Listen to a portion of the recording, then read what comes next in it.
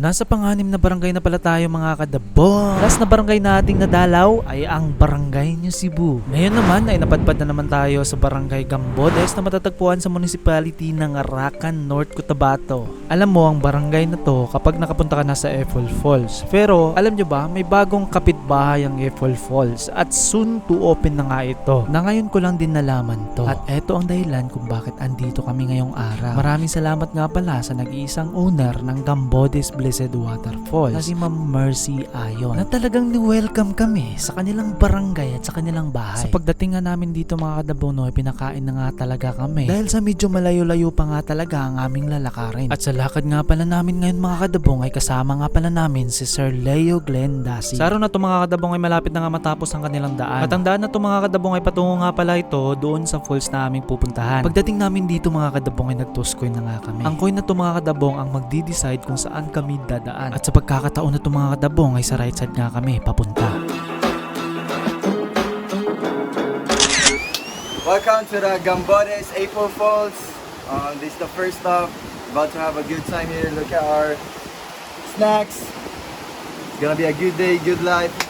Let's go. At dito nga pala sa Eiffel Falls ang starting point namin para sa aming water trekking. Pero bago ang lahat ay naligo muna kami dito.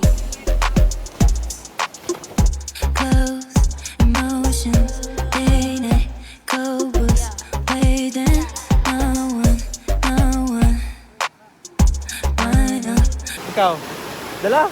May dala siyang Insta 360 at tatalon na siya.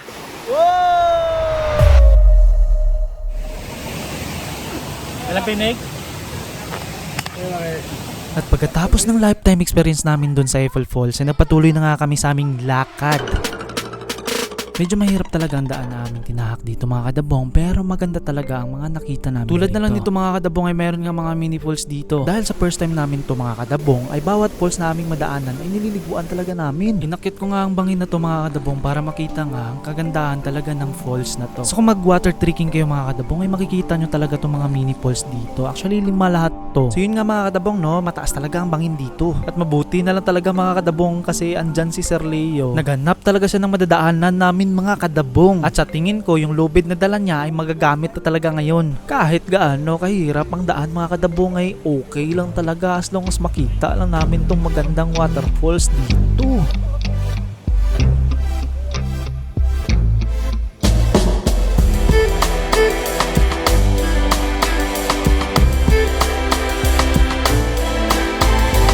Kung mapansin mo mga kadabong, medyo mataas na talaga yung bangin dito. Lalo na gid mga kadabong kapag sa personal. Pero goods lang talaga mga kadabong kasi kita mo yan no, sobrang ganda talaga.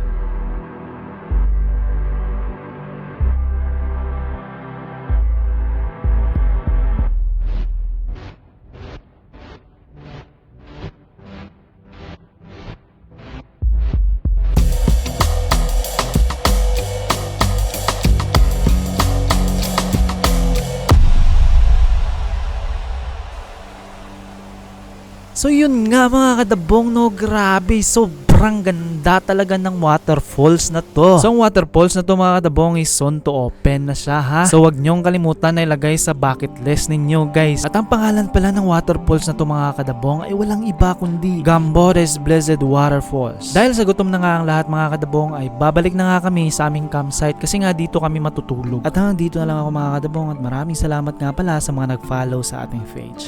To shoot people up close and personal.